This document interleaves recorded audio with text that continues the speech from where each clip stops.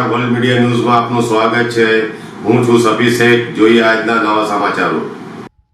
ભરૂચ શહેરમાં એમ્બ્યુલન્સના નામે છેતરપિંડીનો કિસ્સો સામે આવ્યો છે। એ ડિવિઝન પોલીસે ખોટી નંબર પ્લેટ લગાવી ખાનગી ઇકો કારને એમ્બ્યુલન્સ તરીકે ચલાવતા એક યુવકની ધરપકડ કરી છે।